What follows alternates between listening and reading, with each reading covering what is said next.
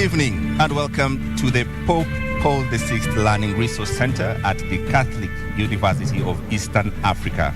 My name is James Smart of NTV. And I am Sophia Wanuna of KTN News.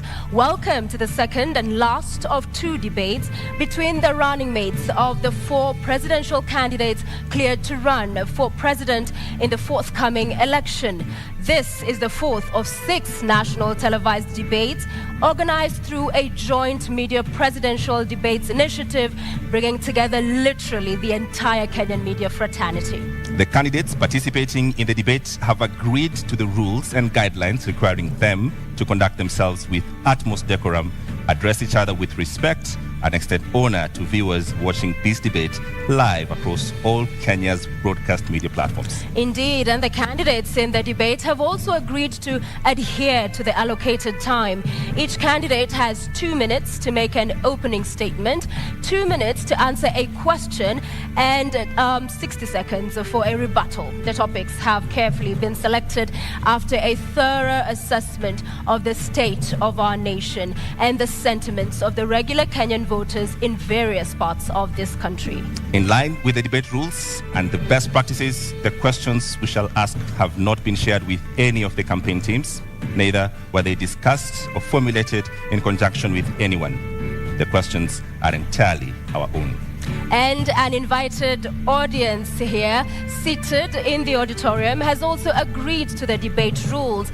They have been fully briefed that cheers, jeers, or any other form of noise is not permitted during the debate. We have to make the exception now as we request the audience to help us warmly welcome Honorable Martha Karua and Honorable Gachagua to the stage.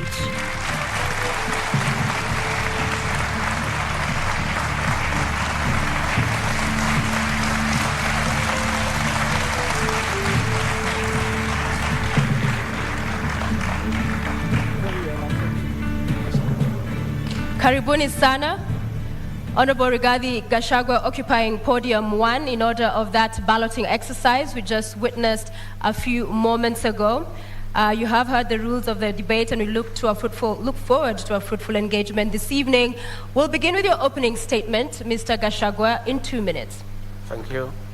My name is Gachagua, born and brought up in the slopes of Mount Kenya, Herega village 57 years ago. Family is the basic unit of society and the nation. Strong families make strong nations. I'm the head of a family, and it is my pleasure and privilege to introduce my family tonight, who are here with me. My wife of 35 years, Pastor Dorcas Wanjiku Rigathi, and my firstborn son, Kevin Gachagua, a software engineer, and my secondborn son, Dr. Keith Ikino, a medical doctor who helps me to run family business. Tonight is a defining moment for the people of Kenya. The people of Kenya are in anguish. They are in a state of helplessness. They have no food. They don't know where to get their next meal. They are devastated. They need hope. Tonight, I'll present the Kenya Kwanza plan on how we intend to turn around the economy of this country, put people where they belong, restore their dignity, put money in their pocket, and allow them to enjoy their dignity. I look forward to a very objective debate, no trivialities, issues, so that the people of Kenya have an opportunity to interrogate what we plan to do for them. Thank you very much. Thank you, Mr. Gachagua. Madam Martha Karua, karibu, now your 2 minutes for your opening statement. Thank you, Sophia. I was born and brought up in Kirinyaga, and I want to thank my parents who are still alive, thank God, for instilling the values of honesty, hard work, community, and respect, values that hold good to this day. In this debate and in the audience, I have my family, my 2 children, Wawira and Edward, my grandchildren, 4 of them, my brothers and sisters, some of them, others are online. I represent the Azimio hope for this country. Azimio, together with Kenyans of goodwill, is out to rescue this country from the stranglehold of corruption cartels. This country can't breathe.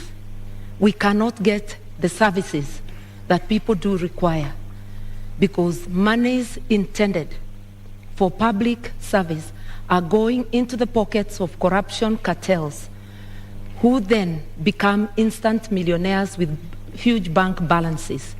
We intend to help this country, to help citizens get their country back, and all the resources of this country will be utilized for the best interests of the entire nation, not a select few. I am here to discuss those issues, and I am glad that my opponent is also talking of issues, which is what we have been calling for in our campaign. I'm able, ready, and willing. Thank you very much, candidates, for your opening statements. Let's introduce the elephant in the room and start this debate. The question of the deputy president. It has dominated public consciousness in the last 5 years. I'll start with you, Honorable Rigathi Gachagua. What kind of a deputy president will you be? You have 2 minutes. I come from a background of management. I have been in public service for 15 years. I've been in private sector for 15 years. I've been in legislation for 5 years. That gives a 35-year experience of public service and engaging with the people. I am a hard-working man. I'm very passionate. I have zeal to serve. I'm an active man. I wake up early. I don't take alcohol. I have all the time and the commitment to put my all to serve the people of Kenya. I have a very good idea of what I need to do to assist my candidate, Dr. William Ruto, in the management of the affairs of this country, give him backup, be available, move around the country to implement development programs, listen to the people, be available to the people, because we have the bottom-up economic model. It's about the people. If you have noted, we have gone around the country in all the 47 counties and held economic forums, listened to the people, had very extensive consultative process of what the people of Kenya want from us, and that informed our manifesto. And we were not surprised that critics were saying our manifesto is too detailed and meticulous. It had to be, because it had to capture the issues, the aspirations of the Kenyan people, what they want us to do for them. And our manifesto is a clear plan that is informed by what the people of Kenya want us to do for them, to dignify them, to improve their quality of life, and to give them a chance to prevail and be men and women of substance. Thank you. Honorable Karua, the same question. What kind of a deputy president will you be? I'll be a deputy president who is respectful of the Constitution, of the people of Kenya, of my principle, and a person who will obey the rule of law and do the best to support my captain to deliver for this country. The oath of office dictates that the interests of the public are paramount in everything a government does. I will help my captain to stick to the rule of law, to ensure that what is in the Constitution is fulfilled. Our Constitution dictates that we adopt a social market economy where social justice is in the forefront. That is why Article 46, not 47, talks of socio-economic rights.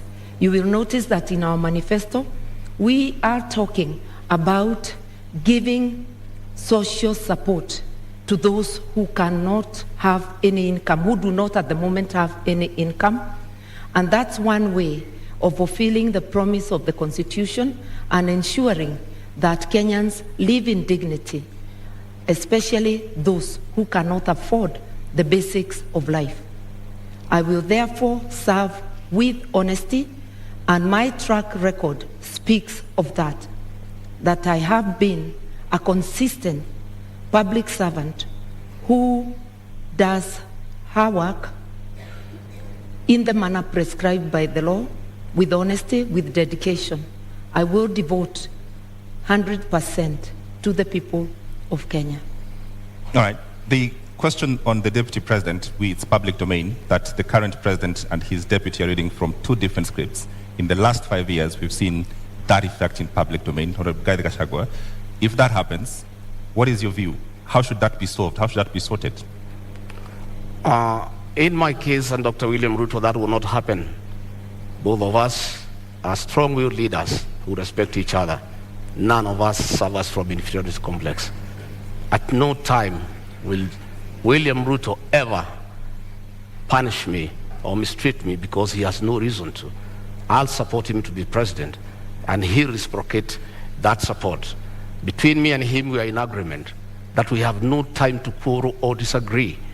We are inheriting a dilapidated country, a country that is on knees economically, a country that is facing an economic shutdown. We have no time for sideshows. We have no time for personal differences. We have no time for an inferiority complex and competition that is unnecessary. We have a job to do. We are inheriting a 9 trillion debt. We are inheriting 6 million young people who have no jobs. 14 million Kenyans are in CRB. We have such a huge task ahead of us that it is unimaginable that Dr. William Ruto or Rigathi Gachagua would digress on personal issues and petty matters to disagree at all. Each of us has a job well cut out.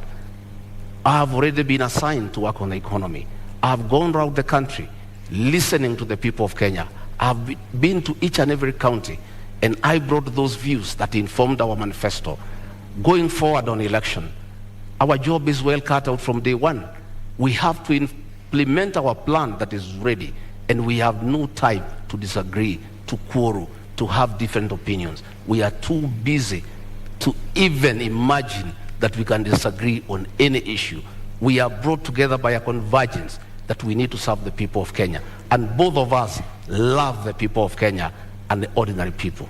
And Honorable Karua, as I come to you, I mean, at the beginning of the presidency now, as we have it in 2013, it would have been unimaginable that would be today witnessing the kind of fallout we are between the president and his deputy. So for you, how do you execute differently and ensure we do not see this kind of bad blood drawn out? I think even when people have differences, because it is not possible for human beings to always think alike. That's why even our Constitution acknowledges diversity of opinion. It is imperative that all debates or disagreements or arguments on issues happen in-house, and what is brought to the public must be the result, the agreement on the positions. And I think I'm very well prepared, and I'll continue to pray and address my mind that, one, the overall leader is the president. I am the principal assistant. With that in mind, that I'm a delegate of the president and can be required to do any work to support the presidency and the administration, I'll be ready, and I am ready. I have served as a cabinet minister for 6.5 years. A cabinet minister is a delegate of the president. A deputy president is a first among equals within cabinet in being a delegate of the president. It's not a different position. We will be able to moderate any differences of opinion on any issues and to focus on serving Kenyans and to be respectful to Kenyans. Arguing in public, calling each other names in public is not only a disgrace, it's also not respecting Kenyans who elected and put us in office. Yeah. So I will be very conscious, and I've been commenting on the current situation, which does not commend itself to anyone. Would you then perhaps going by the experience this country has gone through, in terms of the architecture of the Constitution, should we have a rethink, perhaps from an elective deputy president to an appointive one, so that if things do not work out for the sake of country, then the president has that latitude? 2 minutes. Nothing wrong with the architecture of the Constitution, something wrong with our behavior. It is not that we need to amend to prescribe the relationship between the president and a deputy president. It is that we need to change our behavior, differ with respect, maintain deference for people who are above us, that even when you differ, the way you address them is in a way that tomorrow you can be able to once again sit and work together.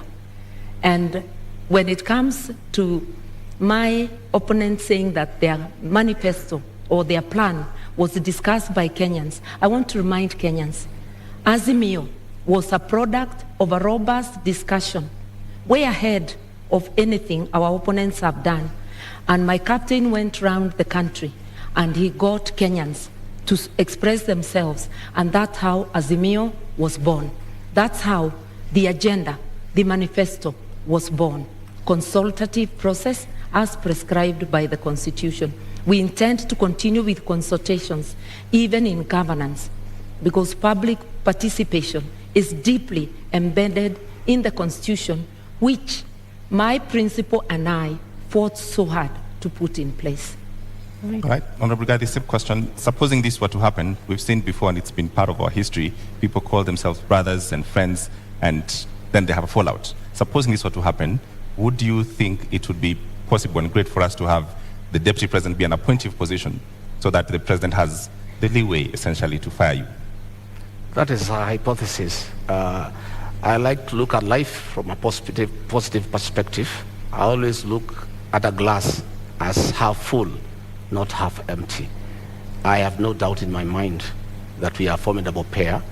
We are a pair that has been brought together by a common convergence to serve the people of Kenya, to spearhead, chaperone, and implement the third liberation, that is the economic liberation for the people of Kenya. And what has brought us together is so important that no sideshows can come in between. The focus that is before us, the need to restore the dignity of the Kenyan people, is such an important aspect of our lives, of our leadership, that it is incomprehensible that we could think of having sideshows and things that are necessary.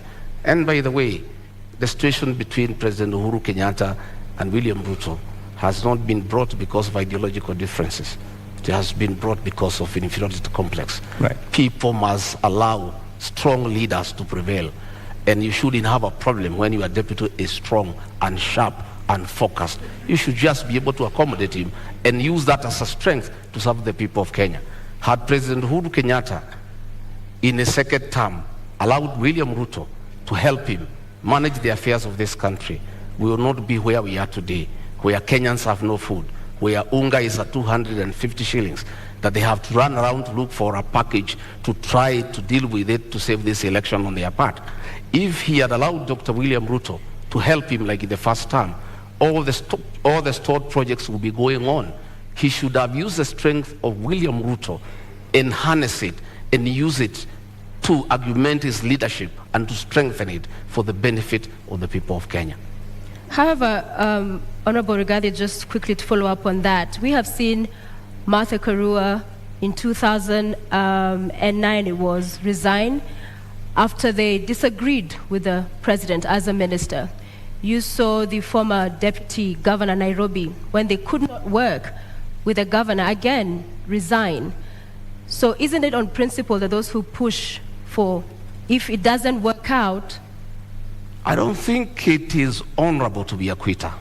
I think you must fight from within and pursue what you intended to do.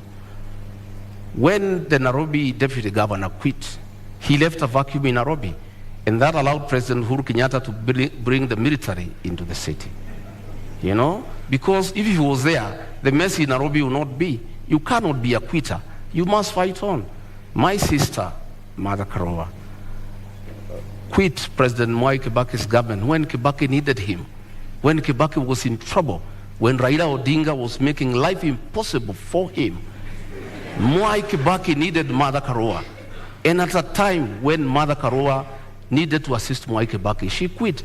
Mwai Kibaki is and has been the gentleman of Kenyan politics, an amiable old man, a good man, a respectable man, a man who was listening to everybody. Any leader who could not work with Mwai Kibaki, I have serious doubt that leader can work with anybody else. Just a quick reminder to the audience. In the auditorium, we did agree to a set of rules. Silence, please. No laughing, cheering, jeering. Let's just follow the conversation to allow us to have civil engagement and for understanding and hearing every of the candidates as they articulate their thoughts.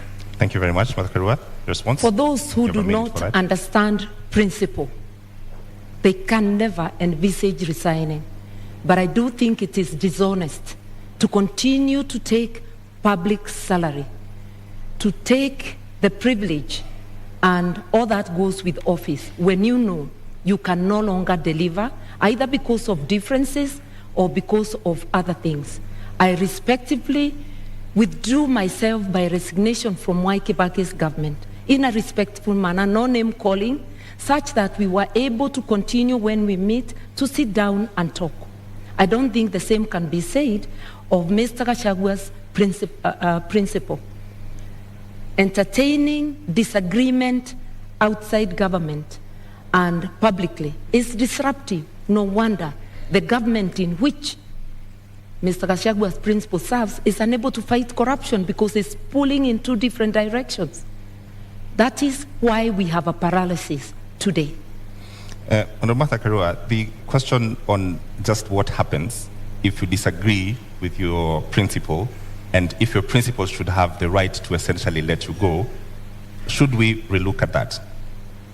I think the way the Constitution is, you disagree in-house, you resolve it. I do not think there is anything that cannot be resolved unless if it's something that is unconstitutional that is being demanded of me. I will remember the oath, my oath under the Constitution, that there are things, if they are outrightly illegal, I certainly cannot be party to. But happily, my principle is a believer in the rule of law and constitutionalism. And he is also a man who views everything through the lens of social justice. That is why we have a dignity package for those who cannot afford meals on their table. That is why we have Babacare to rescue Kenyans from lack of access to medical services. If you look at our agenda, you will see that this is an agenda that talks of the socio-economic rights of Kenyans, an inclusive agenda that has every Kenyan, whether poor or rich, as demanded by our Constitution. So I cannot stand here and honestly say that we shall have the same position on all things. That never happened, not even in Mwai Kibaki's government. But in 6.5 years which I served, I never publicly berated the government that I served or the president that I served. I just said my hands were tied and I withdrew. My principle differed with Mwai Kibaki, but all he said to the public is that I was not consulted. How they went back room and resolved, we never know. We only know they came out with a unanimous decision. That is what people who have respect for the public do. People who have respect for their offices do. But holding an office while not serving is dishonesty. Honorable Gachagua, the same question, I realized you didn't respond the last time. Should this position of Deputy President be an appointive position? No. In fact, the framers of the Constitution were very clear that a Deputy President needed to enjoy mandate directly from the people. Why Azimio cannot push William Ruto to resign is because William Ruto is not an appointee of President Uhuru Kenyatta. He is elected by the people of Kenya. If it was the previous constitution, William Ruto would have been sacked a long time ago under President Gideon Moi. And that was the plan. The plan was to provoke him, intimidate him, humiliate him, persecute him, and his friends and his allies so that he could quit government and allow President Uhuru Kenyatta to appoint somebody from a family that they share the same issues and the same values. But because William Ruto was elected, he was able to hold on to his position. And he continued serving the people of Kenya when he was assigned duties by the president. The duty he has been allocated all the time without failure is to welcome the president and the Nyayo National Stadium. And he has done it in style because that is the duty he has been allocated. He has gone ahead to chair IBEC because that one the president cannot deny him. It is there in the PMF Act. There's nothing the president would have done. But the president chose not to allocate him duties. And the president has been crying that since he did not allocate him duties, his government has come to a halt. And nothing is going on. But he made a bed, he must lie on it. If you decide to chase your deputy away, a man who works hard, a man who knows what he's doing, and replace him with your friends, and then the country comes to a halt, you cannot go ahead crying that you have nobody to help you. He made that decision for his own reason. He wanted to push Ruto out, but Dr. Ruto stayed on because he enjoys a mandate from the people of Kenya. All right, Honorable Gachagua, Honorable Karua, I want us to move to the next topic this evening, leadership and integrity, fitness to hold office.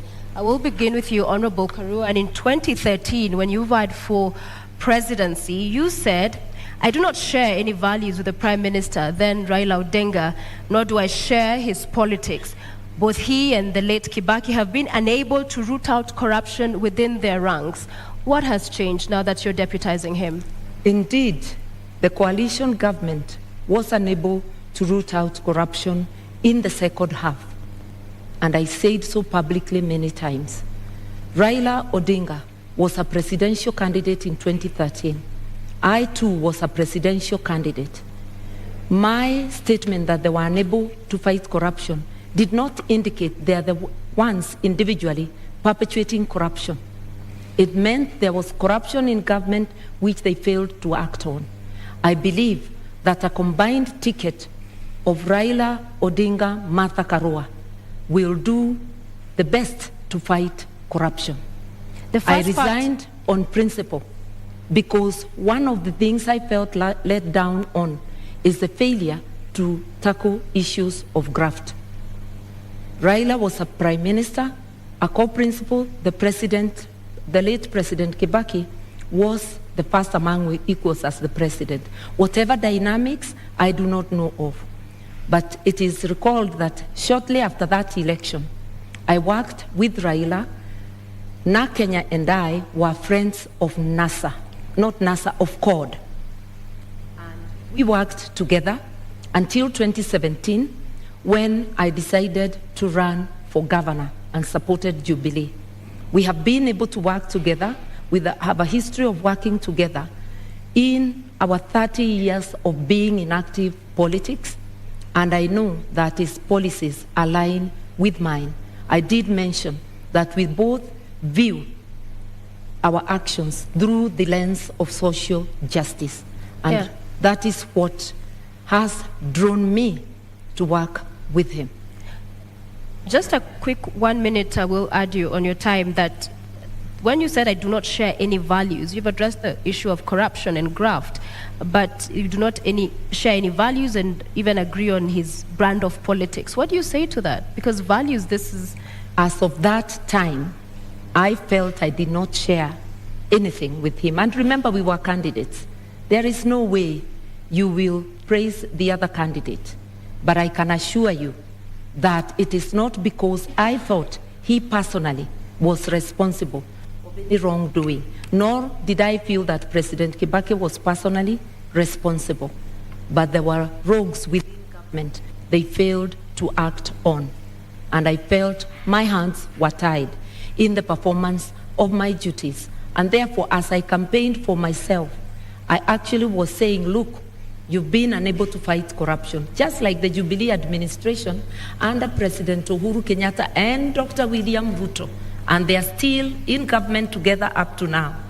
And we saw Dr. Ruto attending cabinet a week ago.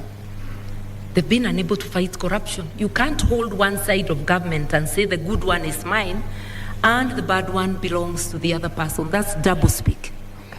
Honorable Gachagua, just a moment. Sophia, I think Honorable Mother needs to come through to the people of Kenya on being consistent. Honorable Mother is on record saying that Raila Odinga and President Uhuru Kenyatta should retire together. Not a long time ago. She seems to have changed her mind that they shouldn't retire together. In fact, that President Uhuru Kenyatta should continue governing through proxy, and Raila Odinga should purport to govern as a proxy of Uhuru Kenyatta. At what time did she change her mind? Because it's on record, she went public to say that the two of them should retire together. Now, she is the running mate of Raila Odinga. She's a project of Uhuru Kenyatta. The two people, she said they should retire together. She seems to have changed her mind. And it is my considered opinion, and I believe of many Kenyans, that being consistent is very important in leadership, especially the position she aspires. You need to be consistent. When you say this today, you must be able to live to it tomorrow. All right, I want to allow Martha to respond to that, but first I want to come back to you to give you another minute. A moment ago, you said that Gideon Moi was supposed to be appointed. I want you to clear that up because, with all fairness, Gideon Moi is not on this debate. Well, President Uhuru Kenyatta, the chairman of Azimio, in a meeting in State House a week ago, said that he nominated Mother Karua as his running mate to take care of his interests and that of his family. The president was on record, which means that Mother Karua is a project of the chairman of Azimio, President Uhuru Kenyatta, and they are both proxies with Raila Odinga. It is not me who said, it's President Uhuru Kenyatta who said. And previously I thought that Honorable Mother had been nominated as running mate by Raila Odinga. But here comes President Uhuru Kenyatta, outgoing president, chairman of Azimio, a man who has said he's going nowhere, he's going to be around. He'll be ruling from home. He'll be consorting his project from home. He'll be continuing to govern the people of Kenya. I simply do not understand. Is Mother Karua, the honorable member, is she the deputy? Is she the running mate of Raila Odinga, the project, or is she the running mate of Uhuru Kenyatta, the project master? Okay. She's who's running mate? Okay, Martha Karua is in the building. It is true that both I and my captains are projects, but projects of the people of Kenya, whom my captain consulted, and by public demand, he was called upon to take leadership. At a time our country desperately needs leadership. He has offered leadership, and I was competitively selected. And like my friend who was handpicked, I faced an interviewing panel, and also through demands of Kenyans and many endorsements, I was selected. Kenyans know I'm competent, and I believe I'm competent for this job. I'm ready, able, and willing. I have consistently shown independence of mind, irrespective of whom I'm dealing with. I will handle this job independently and with commitment to Kenyans. And I know my principal also, who has been a teacher of politics to Mr. Gachagua's principal. All right, Martha Karua, just a direct question to respond to Honorable Gachagua. What is the role of President Uhuru Kenyatta in Azimio? The role of President Kenyatta, he is the chairman of the council, but my captain is the chairman, overall chairman of Azimio. Jubilee is just one out of the 26 political parties. I sit in the council as well, and President Kenyatta does not make decisions alone. Will he have a role? Will he have a role after he finishes his term? Sorry? Will President Kenyatta have a role after he finishes his term? His party will have a role. And if he continues to be, if he doesn't give his position in the council to any other member of his party, it would be a peripheral role as a member of the party. The incoming administration will be a Raila Odinga Azimio presidency. Just like the current Jubilee government, although Uhuru was a deputy president in the government of Mwai Kibaki, it was not a continuation of the Mwai Kibaki administration. It was an Uhuru Jubilee administration. Anybody who understands government would know that. Honorable Gachagua, you have a minute to respond. The truth of the matter is that the role of President Uhuru Kenyatta in Azimio is to craft his own succession, to continue governing Kenya through proxy, through Raila Odinga and Martha Karua. President Uhuru Kenyatta has already started assigning roles to Honorable Martha Karua, which means he is a leader, and in the unfortunate and unlikely event that they are elected to office, President Uhuru Kenyatta will continue governing this country outside his constitutional mandate, because there is a two-term limit that the president should retire. But the president does not intend to retire. You saw how angry he was, saying that people are asking him to go home and asking where he's going. It looks like he doesn't remember that when he sought to be president for 10 years, he knew what 10 years is all about. He cannot complain that people are asking him to go. Nobody is asking him to go. It's the Constitution. But he's trying to circumvent the Constitution to plant a proxy government, to continue governing from outside State House through Raila Odinga and Martha Karua, so that he can continue protecting state capture and conflict of interest. And Martha Karua has already been assigned that role. He was on record that she is the one he has put there deliberately to protect his interests and that of his family. All right, Martha Karua. It is important to be truthful in this debate. President Kenyatta has not publicly or privately assigned me any role. I'm sure he knows that he cannot assign any role to a minister in an administration he does not have. The person who has assigned me a role as deputy and has declared the intention to appoint me as Minister for Justice and Constitutional Affairs, apart from being Deputy President, is the Right Honorable Raila Amolo Odinga. My colleagues and his captains' beef with the President should not make them use this forum or use us as candidates to fight the President. We represent the aspirations of Kenyans, and yes, Kenya needs rescue, but rescue from corruption cartels, which my colleague may know more about. On the 6th of June, Honorable Gachagua, during a Meet the People tour in your constituency, that's Madeira constituency, the people you represent there, you said that because you perceive the matter you're currently in court over to be a political witch hunt, if elected, you'd see to it that your accounts are unfrozen, build a mansion, and perhaps go ahead and throw a party in essence. Mr. Gachagua, isn't this tantamount to subversion of the cause of justice, an admission that you made in this sentiment? To start with, I'd like to tell Honorable Mother we are not here to fight President Uhuru Kenyatta. We are holding him to account on his utterances. He has said he's going nowhere. He's on record. That's not fighting him. He has said he assigned Martha Karua the role to jail people. I don't know how she'll do it. She's not a judge. She's not a court of law. That is the work of courts of law, to jail people. It's President Uhuru Kenyatta who has said so. He has said that he has put her there to take care of interests. It's his own record. I don't want to respond to dignify ridiculous accusations by social media. Social media people assigned by the state have been following me wherever I go in the Republic, including my homes, to listen to what I say and twist it. I told the people of Madeira, they asked me a question. Mr. Gachagua, you bought a farm here and you have started building a house. What happened? Now that you are going to be deputy president, are you still going to live here?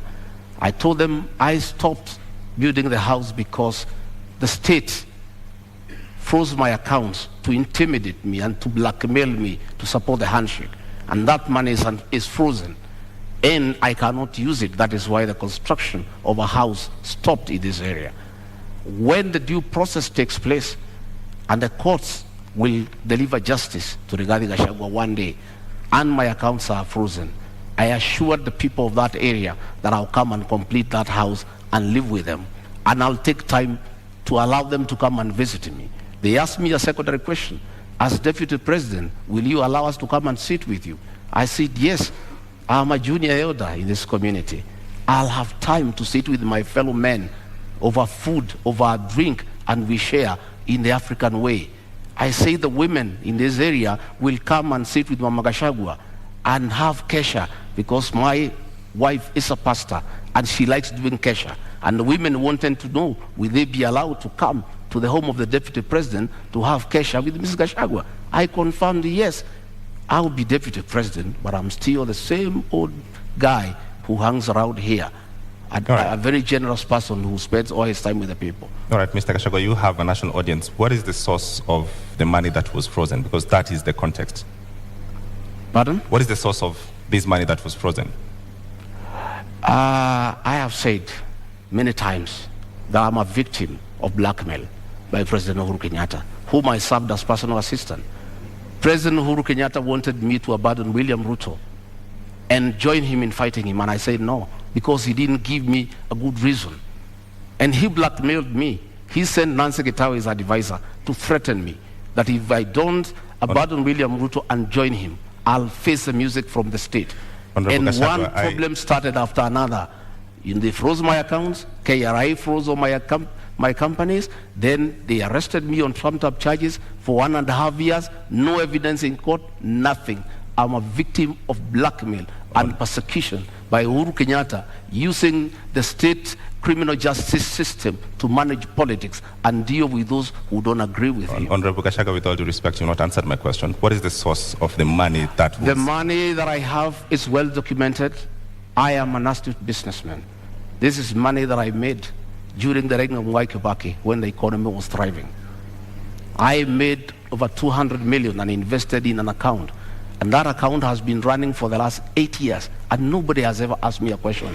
In 2013, when I supported Uhuru Kenyatta, I still had the money. In 2017, when I supported him, I still had the money in my personal account. This is money I have accounted for. It's clean money. I am a good businessman. And in the fullness of time, I'll be vindicated. All right, Mata Karua. I was really hoping that my colleague would explain to us how an individual finds 5 billion shillings in their accounts.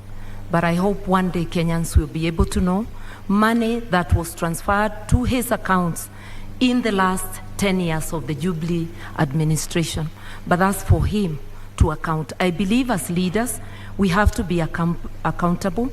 That is why there is declaration of wealth, so that as you enter office, people can know how much you are worth, and as you exit, or in the middle, they can monitor and see how you are progressing, whether it is from your salary, and if it's from business, it has to be a business that can be ascertained.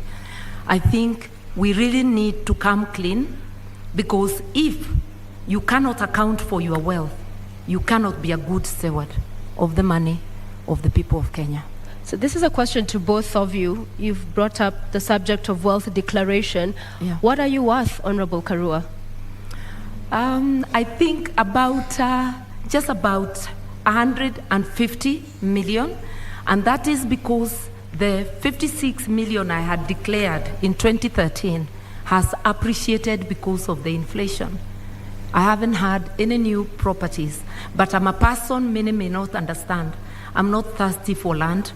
I'm not thirsty for worldly goods. I'm happy to have a house I call home. I'm happy to have a house in my father's land. I do not look for property. Not everybody is hungry to amass. I'm hungry to do something to help my country to transform the lives of the people. All right. So if you're looking for Martha Karua to be a billionaire, no, I am not hungry for billions. Honorable Gachagua, My how much account are did you worth? not receive 5 billion. That is propaganda. I have 200 million. That is the money that is held. 200 million, 64 million. I worked in the Ministry of Lands and Settlement. 10 million, I worked in Kenya Power. 33 million, I worked in the Ministry of Livestock. Another 46 million, I worked in another organization called Patek. Up to 200 million, that is all the money. But when you set policemen to investigate, they don't understand accounts. When you save money in a fixed deposit, it leaves your personal account into a suspense account. A normal policeman looking at it, movement in and out 4 times a year, of 200 million, he thinks you have 800 million within that year. So when he multiplies by 7 years, he says you have 12.4 billion. That is the folly of the kind of investigations we are having in this country. I don't have billions. I have 203 million into that account. And that is part of my wealth. I'm worth 800 million minus the 200 they are holding, another 600. So just a quick follow-up on that, Honorable Rigathi, because the charges you are facing are as a result of trading with county governments. What's your position on public officers doing business with government, whether at the national level or at the county level? By the time I've done all my businesses, I was not a public servant. I was a private individual. I have no conflict of interest. I was a businessman. I applied for tenders and competed, open tenders and won, and did construction business and did supplies, and nobody is complaining. Today, those charges against me, no evidence in court, nobody is willing to record a statement. Clean business. And I never traded with institutions because I was not part of any government. But this is when your business brother... I did in 2011, I did in 2012. You know, when they say that my brother was governor, my brother became governor in 2013. I did business in 2008, in 2009, in 2010, 2011. And that money is there, and it's all documented where it has come from. But nobody is bothered because they just wanted to punish me. But they wanted to blackmail me into supporting the handshake. And I'm a man of principle, and Uhuru Kenyatta knows that. I respect my conscience. I will never be intimidated. And I can tell you, many governors today supporting Azimio is because they were blackmailed like me, and they gave in. Honorable Gachagua, just clarity. In 2009, 2010, there was no county governments. Which governments did you do? Sorry? There was no county governments in 2009. I'm saying I made money in 2010, in 2009. There was no county government. I didn't make money with the county government. I never did business with the county government. I said I worked with the Ministry of Lands. I worked with the Ministry of Livestock Development. So you cannot say that there was conflict in Nyeri because I did this business long before county governments came into place. But Honorable Gachagua, the matter in court is about doing business with county governments. I'm saying the matter in court is a matter that is on fabricated charges. And that matter will be coming in the fullness of time. What I'm talking about is the money that is held and where it came from. As to the allegations, as the matter before court, there is nothing. It's absolute lies. There is nothing. And in the fullness of time, and that is why, even after sending 200 policemen to arrest me in Nyeri and drag me naked in front of my wife, in front of my workers, drive me to Nairobi, lock me for 4 days, 1.5 years later, not a shred of evidence, nothing. That is why the case has not taken off. They have slated it for September later this year. But still, nothing has been presented to us. Our lawyers have been asking, give us evidence against Rigathi Gachagua. It's not forthcoming. It does not exist. It's a fabrication. It's blackmail. It was a way of trying to force me to abandon William Ruto. Okay. But I was not intimidated. I remain on board. Okay, Honorable Karua, you have 2 minutes. An Azimio government will have a policy position that graft cases and all serious crime should be investigated and prosecuted within a given time, within 6 months to be specific, so that people like my colleague here, Mr. Gachagua, anybody charged with crime against the people, within 6 months, we ought to know whether they are guilty or not, so that people don't seek public office when having baggage of cases. And if I may remind Mr. Gachagua, the cases, because I've been following the newspaper reports, relate to Kwale County, Bungoma County, and Nyeri County. And the period when the offenses are said to have been committed is between 2013 and 2020. So it is important, even from a personal position, that a person gets cleared and that you do not instruct advocates to delay the cases, because what we are having in our courts is really a circus, where one is charged, you are holding public office, you continue holding public office, elections come, and now we have seen new language in the courts that to allow them to campaign. the case is further delayed. Kenyans need to know, and even the person accused needs to know, so that they do not give excuses. We have repeatedly said with my captain that whether it's my daughter, my blood relative, or a member of the opposing camp, the law must apply equally to all. And everybody must have a swift chance to clear their name in court or for the court to declare them guilty. We are here to help Kenya organize itself in that manner by engaging with the players in the justice system and having a policy position. All right, Honorable Gachagua, you have a minute to respond. For clarity, have you done business with county governments? Allegations remain just allegations. Honorable Mother knows, and I'll never take her on allegations. A British newspaper accused her of receiving a bribe from BAT, but I cannot come here and accuse her that she's corrupt because of that allegation. Because an allegation is an allegation. The people of Kirinyaga have been complaining that she used her office as justice minister to take land in South Gariama and give it to her relatives. But that is just an allegation. The issue here, Sophia, the issue here, we would like the issue here, hang on, is that we need to Gachagua. allow. Would like to remind the members of our audience to please do not cheer or jeer and allow our candidates to present their issues. Please go ahead. The issue here is that we need to allow independent institutions to fight corruption. President Uhuru Kenyatta has cried inability to fight corruption because he was lenient. He was lenient because the people involved in mega corruption are close to him, both in family and friends. That is why he was lenient. But had he allowed independent institutions to fight corruption, the issue of leniency would not arise.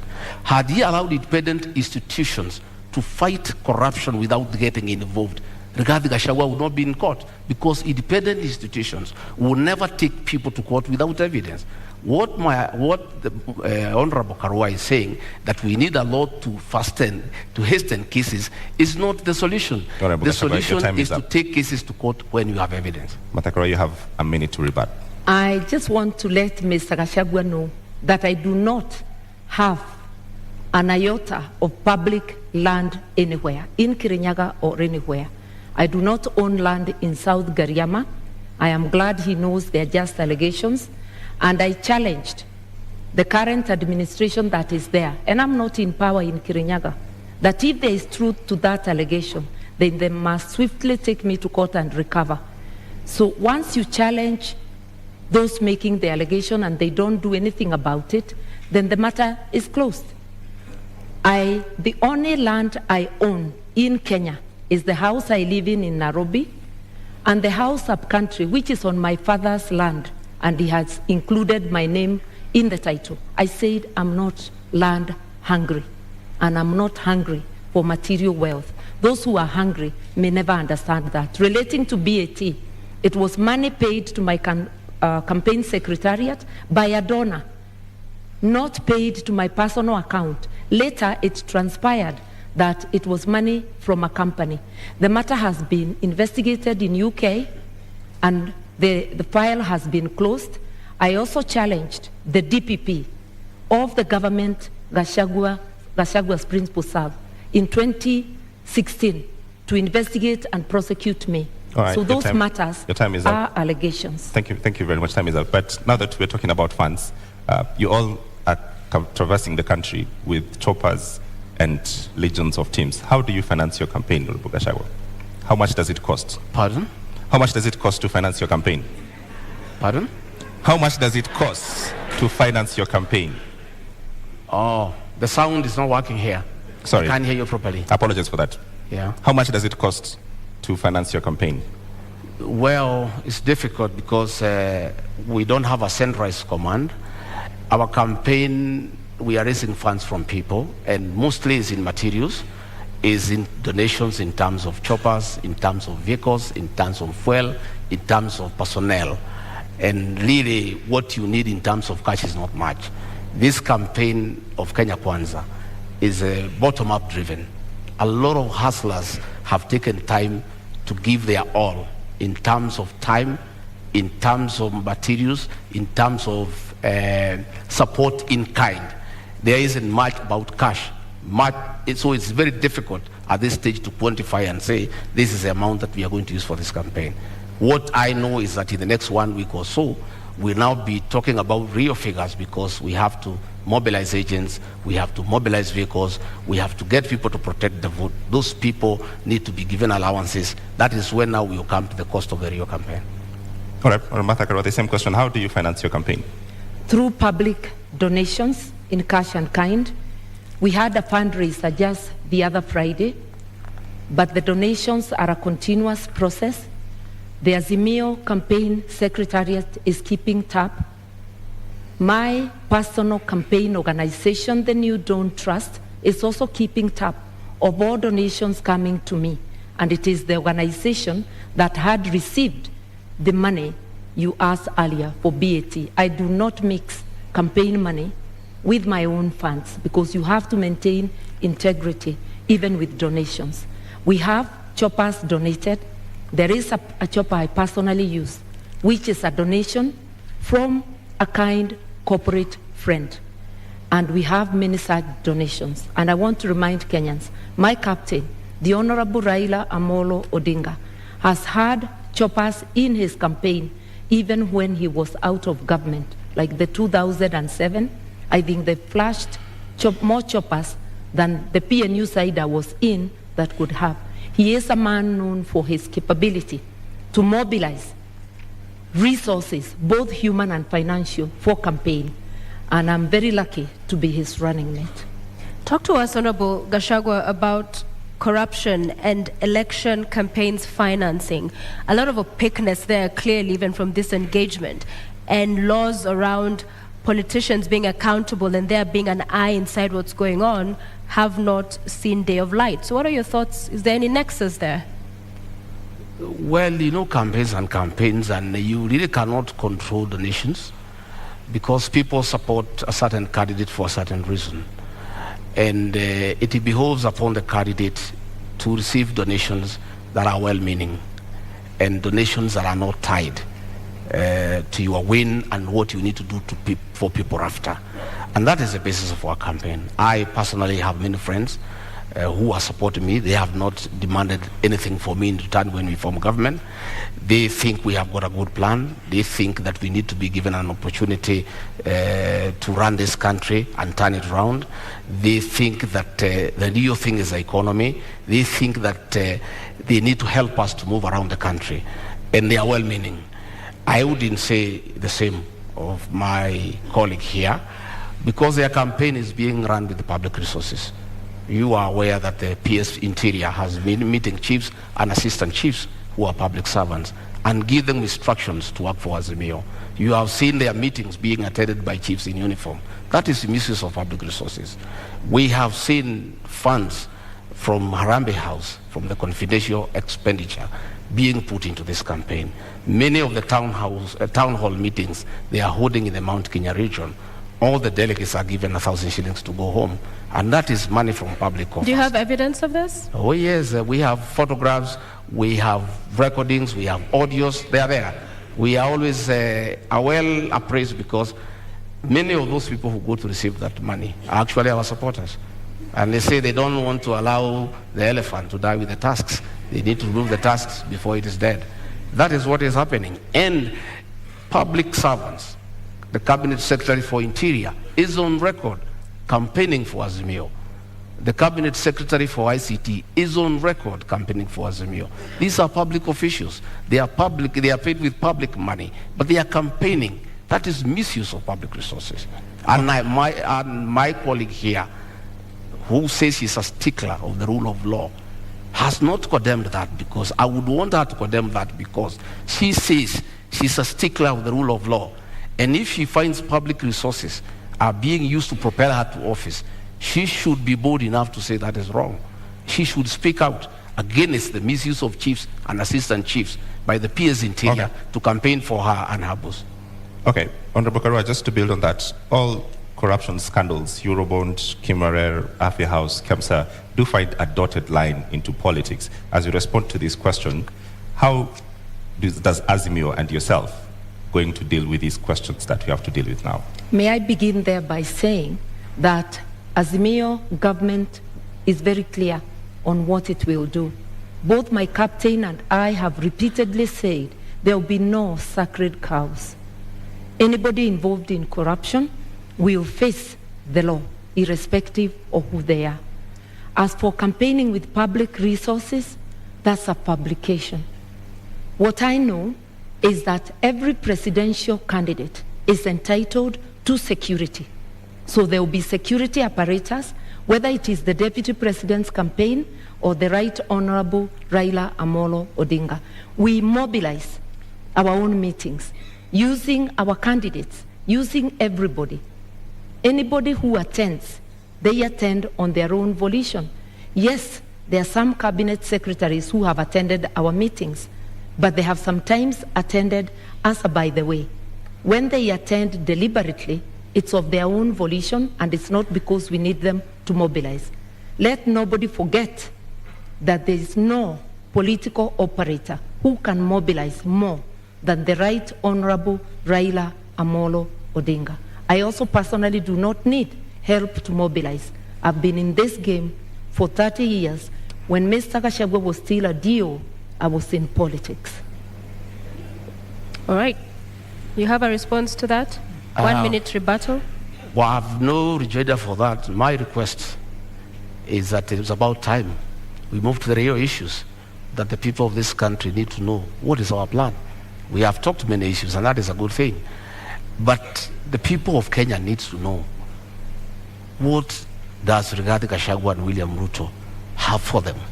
I'm hoping that debate will come around tonight, because it's important. Because many Kenyans are glued to the screens. They are waiting to hear. They want to know about health. They want to know about education. The public service wants to know about their issues. The police service wants to know about their issues. There are many people waiting. And I think, I am guessing, they must be getting information. Honorable Gachagua, we are getting to that. And corruption is a big issue in this country, where public resources... Corruption must be fought.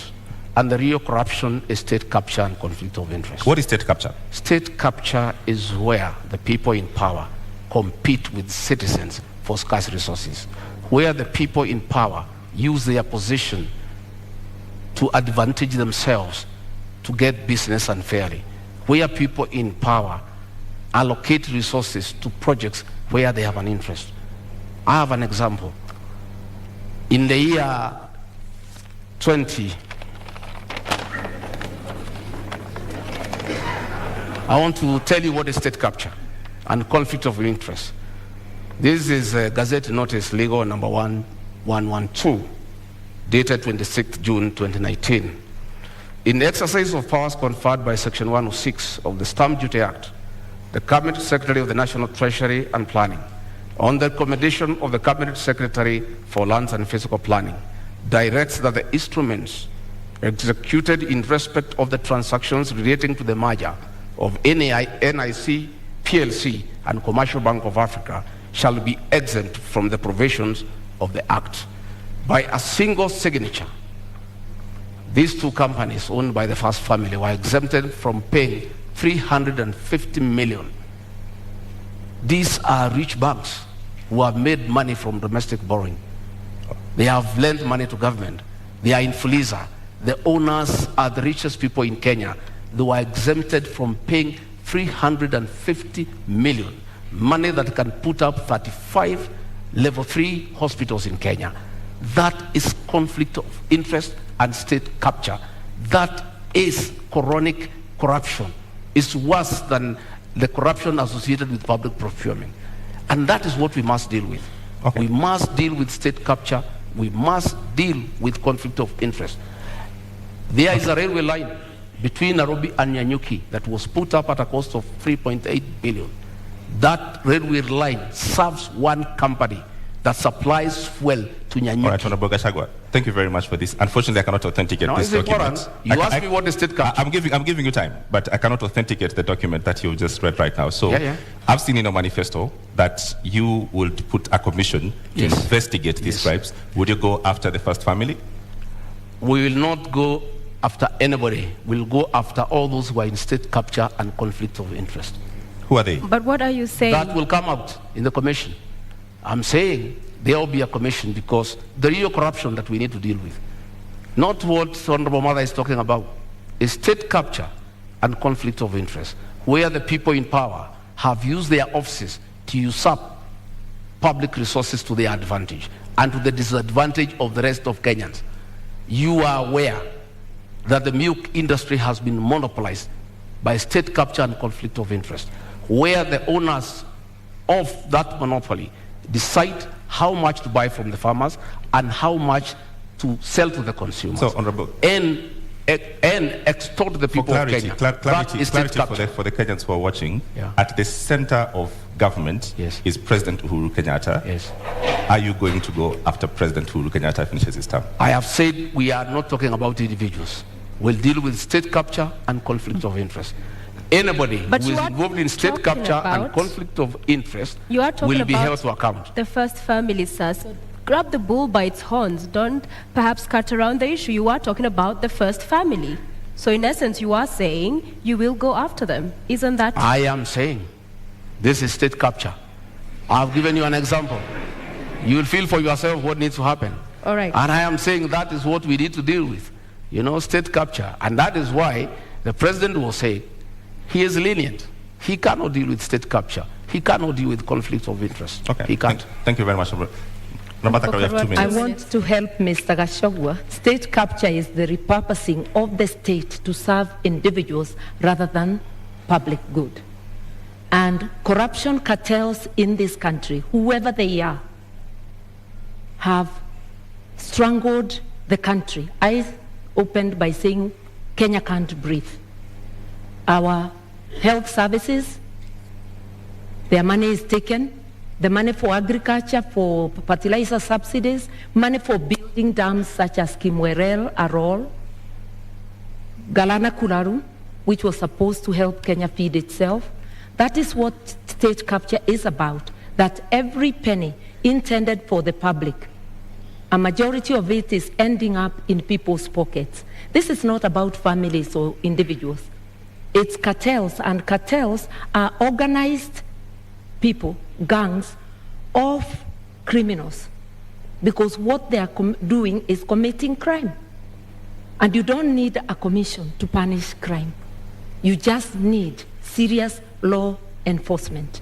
And if you find roadblocks, that cases are taking too long, then Parliament can be used to do its work, to consider proposals from the government, to pass laws that fast-track such cases.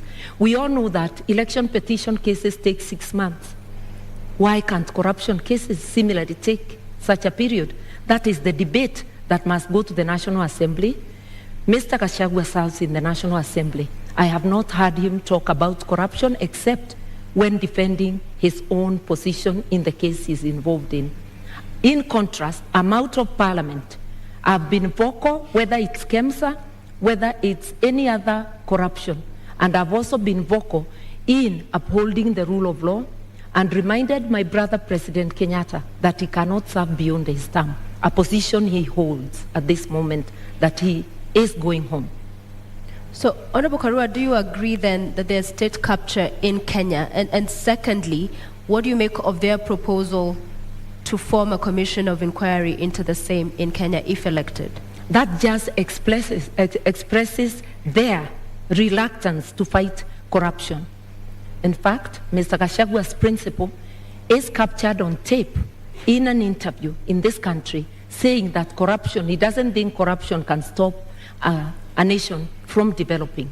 With what money will a nation develop, invest, or even provide services if the corruption cartels are taking 2 billion shillings a day, which translates to stealing 40 shillings from every person?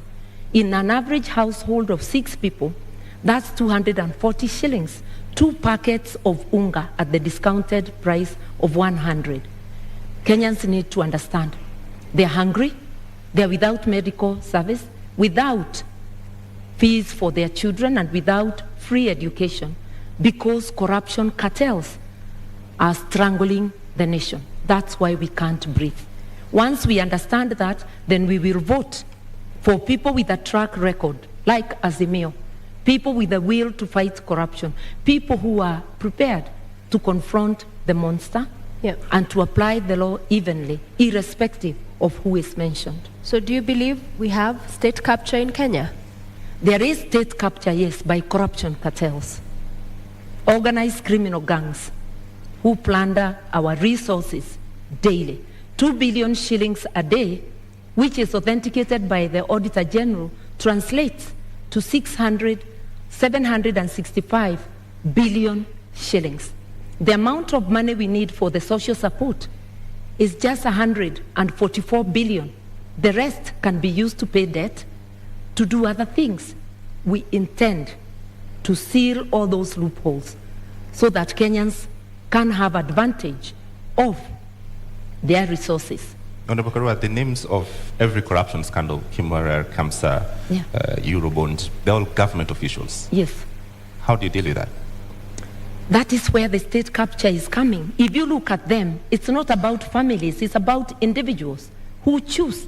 Because I keep saying no mother has baptized their children the name corruption. It's a behavior an individual deliberately chooses. And state capture can even become a tool during elections where empty promises are given to entice Kenyans to further surrender their sovereignty to corruption cartels. I'm urging Kenyans to look at the track record of each of the formations that are seeking the presidency of this country. I am confident that a reasonable look at the candidates present, as Kenyans will commend themselves to vote for Azimio. And Azimio will do the jobs, not because we are perfect, but because we have the best track record and we do try and have tried before and done good work for Kenyans. All right, Honorable Gachagua, you have 2 minutes. I don't know. I don't know whether the Honorable Mother has taken time in their meetings with the chairman of Azimio to ask him. He said he is in charge of this country. He knows everything that goes on. Then he went ahead to say that 2 billion shillings is stolen daily. I don't know whether in her meetings with the chairman of Azimio, she has tried to find out from him who steals this 2 billion and why he has done nothing about it. In terms of fighting corruption, our manifesto is very clear. Our plan is sound and is in accordance with the Constitution.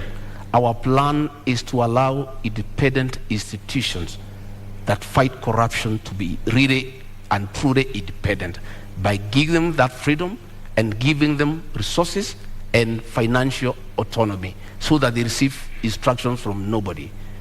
On assuming government, we shall appoint the Inspector General of Police as the accounting officer of the National Police Service so that himself and the DCI have independence to do what they need to do on fighting crime and corruption without having to take instructions from anybody. Because you know, it is said, he who pays a piper calls the tune. Why the Inspector General of Police and the DCI cannot fight corruption and crime, why they cannot operate the way the Constitution spells out, is because they are controlled from Harambee House, because that is where their money is. We shall give them financial autonomy. We shall operationalize the judiciary fund to allow our judges and magistrates to operate with financial autonomy so that they are free to do what they want to do, so that they can fast-track cases without having to look back. And of course, you know, President William Ruto, the new president of Kenya, God willing, we appoint the judges that were nominated by the Judicial Service Commission so that they can serve the people of Kenya. All right, Honorable Karua, do you agree that lack of independence in these institutions is the problem Kenyans are facing in the criminal justice system? The Constitution gives all these institutions independence. And independence and autonomy should not be confused with accountability. Parliament, which is independent, has to be accountable to the people of Kenya. The executive has to be accountable to the people of Kenya. The judiciary has to be accountable to the people of Kenya. Institutions have decisional independence, that a judge will be independent in making that decision of guilty or not guilty. that the Director of Public Prosecutions will be independent in deciding to charge, to prosecute or not to prosecute. It doesn't mean that they fail to account to the people of Kenya. And that is most of our leaders are failing to do, be accountable to the people of Kenya. You go to office to do your own business, where you will find that quite a number of people who are parliamentarians are trading with the counties, are trading with the government. So who is the watchdog of the people? The law forbids it. Conflict of interest. Going to get county work from a county government when you are a member of parliament. Who is going to be the watchdog? A quick follow-up on that. Yeah. Because the proposal on the table in Azimio is that if you are elected into office, then you'd also double up as Minister for Justice. Yeah. Wouldn't that go then to entrench that kind of feeling of interference from the executive? Because these are independent institutions, yes, but even if it's facilitating and good workflow, there's the NCAJ that handles all of the issues around that chain of criminal justice. So wouldn't that role, in essence, be seen as interference as well? Not at all. The Minister of Justice doesn't prosecute. This is a coordinating ministry, coordinating the entire justice sector. And we had such a program even during the Kibaki time known as Justice Law and Order Sector, to give policy direction. Then each institution goes and works on its own. It's not about how that institution will do its work. It's to understand together the difficulties, the roadblocks along the justice sector, so as to make proposals for legislation and for policy to Parliament. Remember that policy and legislation are passed by Parliament. Government institutions are independent, but they cannot act alone. There must be some synergy, and that synergy is in policy. Then they can have decisional independence. I've been a Minister of Justice before. I didn't investigate or prosecute. All right, I want to move to the next topic, and let's go to the cost of living. One of the charges against politicians in this country is that they're simply out of touch and you're unable to solve the problems that we face. I'll give you an opportunity tonight, Honorable Gachagua, to start to make your presentation on cost of living by first telling us what is the cost of milk today? The cost of milk, Retail. the farmer sells at 42, at the supermarket, some places 120 per liter, others is 130, depending on where the supermarket is. Kerosene? I don't go to the supermarkets. Okay.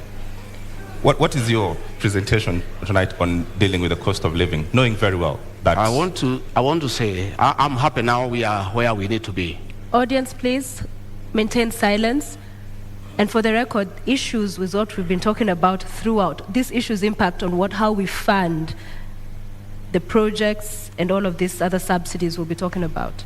So there's no non-issue tonight. What I'm saying is that I'm happy that we are discussing the high cost of living, the inability of Kenyans to buy food, because a mistake was made maliciously to deny farmers fertilizer subsidy, and as a result, there was low production, and because of the law of demand and supply, you cannot afford a packet of unga. A packet of unga is 250 shillings. Government is running around because of this election now, trying to subsidize for 4 weeks, just after the elections. But they are not telling the people of Kenya how they'll buy food after the elections. This is being done to entice them to vote for Azimio. If government had done the right thing and supplemented farmers with inputs and fertilizer, they would have increased their production. You know, we consume 46 million bags of maize, and we produce about 40 million every year. We normally have a deficit of about 6, which we import. But because of this decision, we are short of almost 15 million bags, and that is what has caused the current crisis. And we have a plan. On our first month in office, we intend to bring down the cost of fertilizer from 6,700 to 2,500. That is DAP. That is the main fertilizer for planting. Okay. And that will enhance our farmers to produce more, so that we have food security And probably we even have some surplus for export. Thank you. Honorable Martha, same question. What is the price of bread today, and what is Azimio plan to reduce the cost of living? The price of bread, the bread I buy, is 80 shillings. But there are various type of loaves, so I will not pretend to know what each loaf is costing. But I know that the price of foodstuffs, of essential commodities, has gone up, and the fuel prices are generally the trigger that gets them high, coupled with corruption.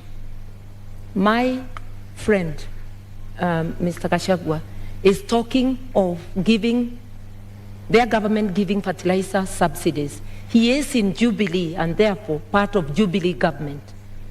He is in parliament courtesy of Jubilee, but he doesn't know that currently the Jubilee government has a fertilizer subsidy and a bag is retailing at 2,900.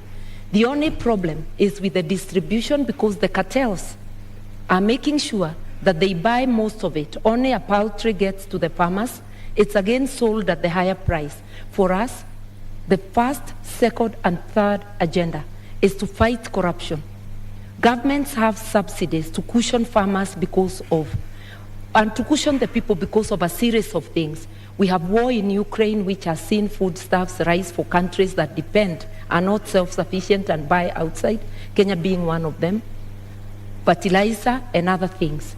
But the money for subsidy, for helping our people with the cost of living, is going, majority of it is going to the cartels. That is where the problem is. The money meant for Galana Kulalu irrigation scheme, which could have helped with our food reserves, was stolen. Kenyans know, even the fertilizer, there was a scandal. Maize, there was a scandal. Kenyans know who are responsible for those scandals. And Mr. Gachagua is also aware. And together with his captain, they may know more. All right, since mother, who is actually my mother, my late mother is Mother Karua. Since she joined government, she has been consumed by the lies of the same government. If the Honorable Mother moved around the country, the lies she's giving here, that fertilizer is 2,500, she will be feeling sorry. If she went round to Kemunye, her hometown in Gachagua, the cost of DAP is 6,700. The cost of CAN is 5,900. The cost of 17 is 5,800. The cost of 20 is 5,900. And the cost of urea is 7,200. That was just a lie by the Minister for Agriculture.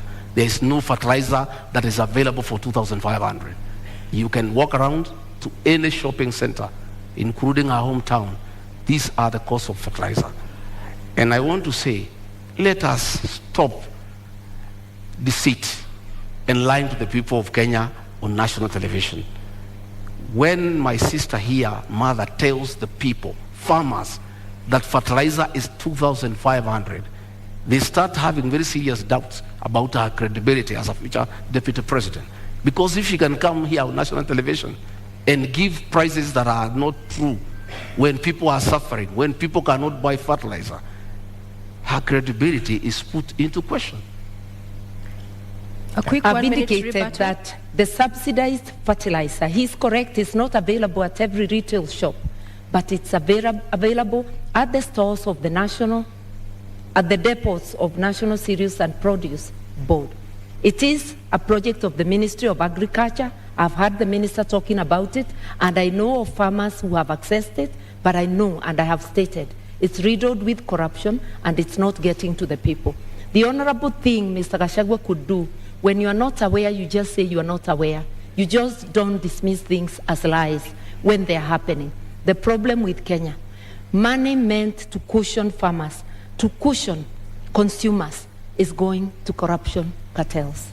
That is a big problem, and which, as the Mayo government, will rescue Kenyans from. All right, I'm going to give you all 1 minute each to talk to first 100 days on how you'll deal with the cost of living. I'm aware 100% there's no fertilizer anywhere for 2,500. I'm a bottom-up man. I move around this country. It's simply not available.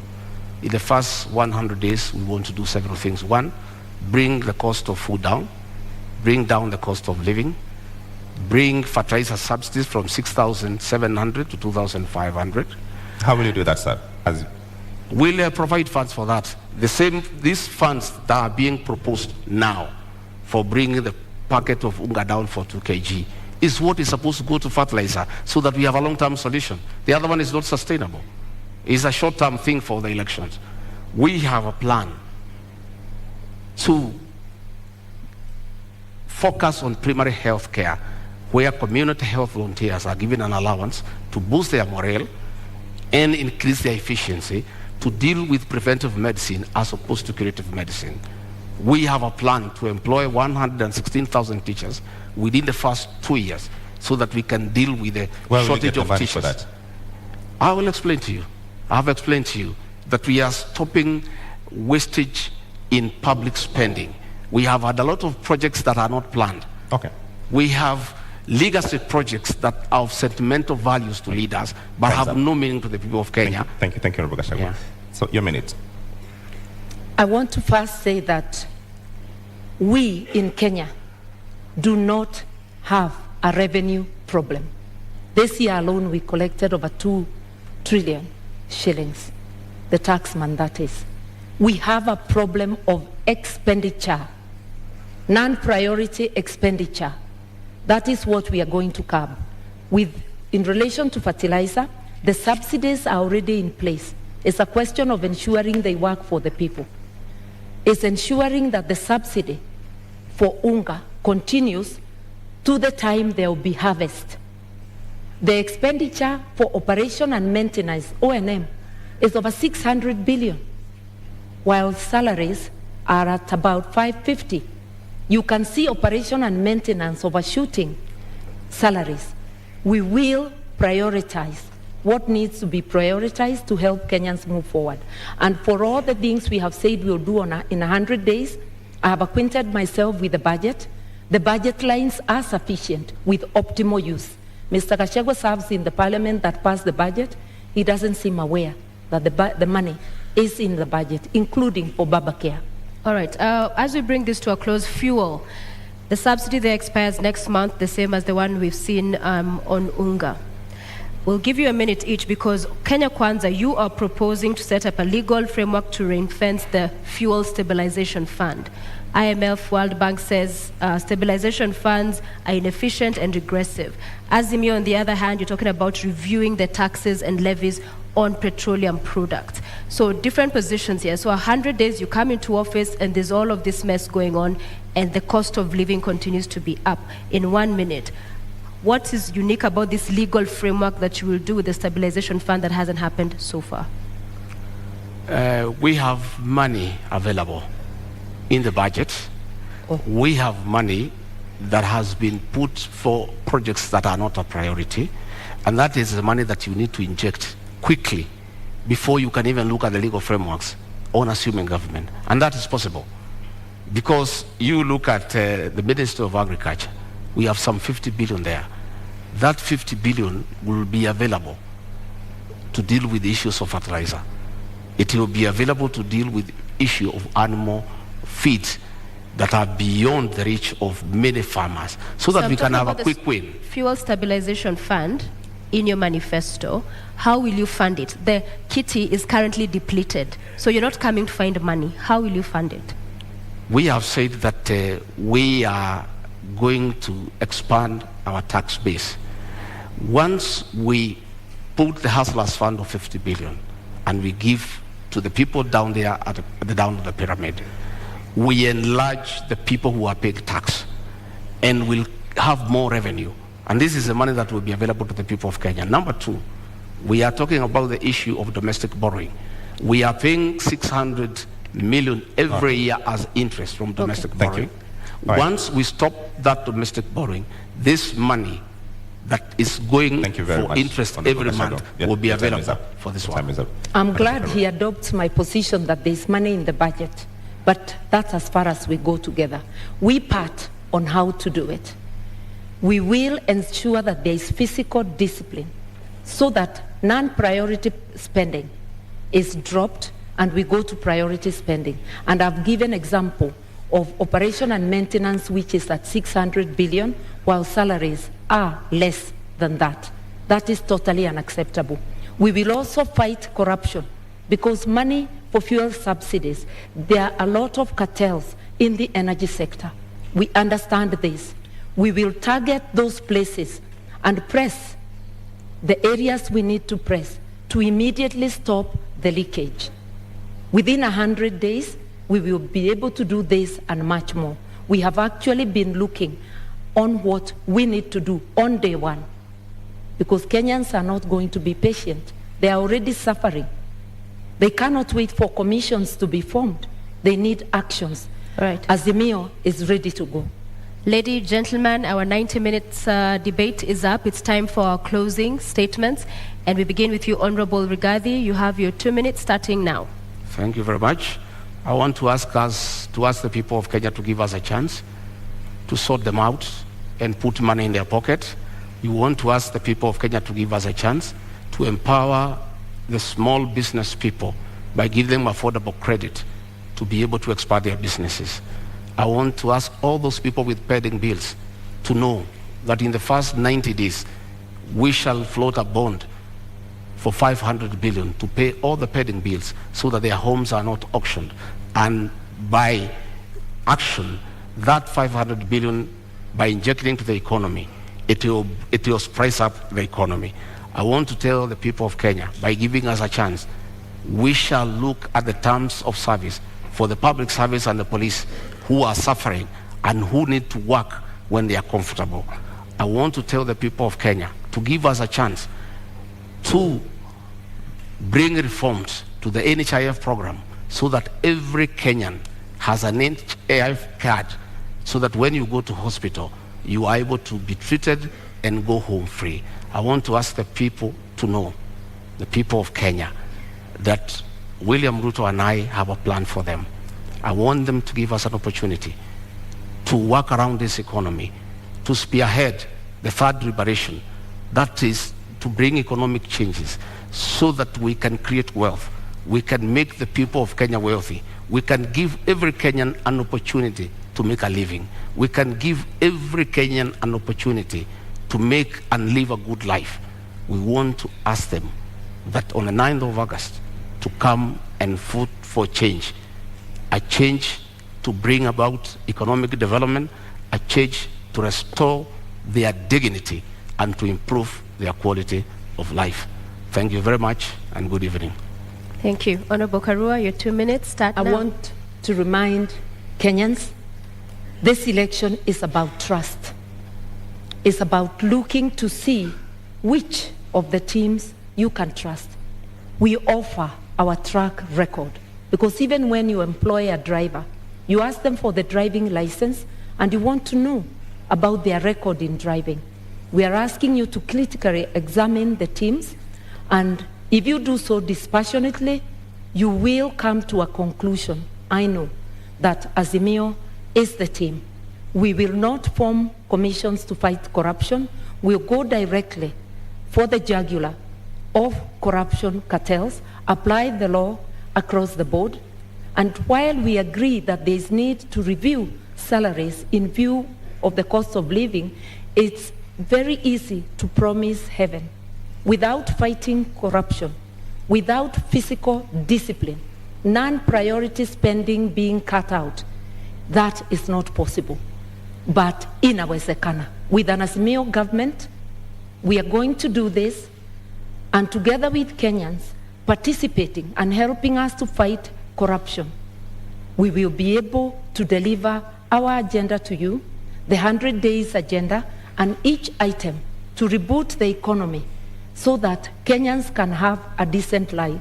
While we wait to reboot the economy, for you who is unable to put food on the table, rescue is on the way. Within 3 weeks, you put an Azimio government in place, we are going to be able to send to the 2 million families that do not have any means of survival a 6,000 shilling package, which also will act as a stimulus to the economy because it gives purchasing power to 2 million families, which is like 8 million people within the country. rescue is on the way. All right. We shall finally have our country back. Vote Azimio. All right, thank you very much, Honorable Martha Karua, Honorable Rigathi Gachagua. We've come to the end of our Deputy Presidential Debate 2022. I invite you to shake hands. Thank you very much. You've all done very well. Thank you very much.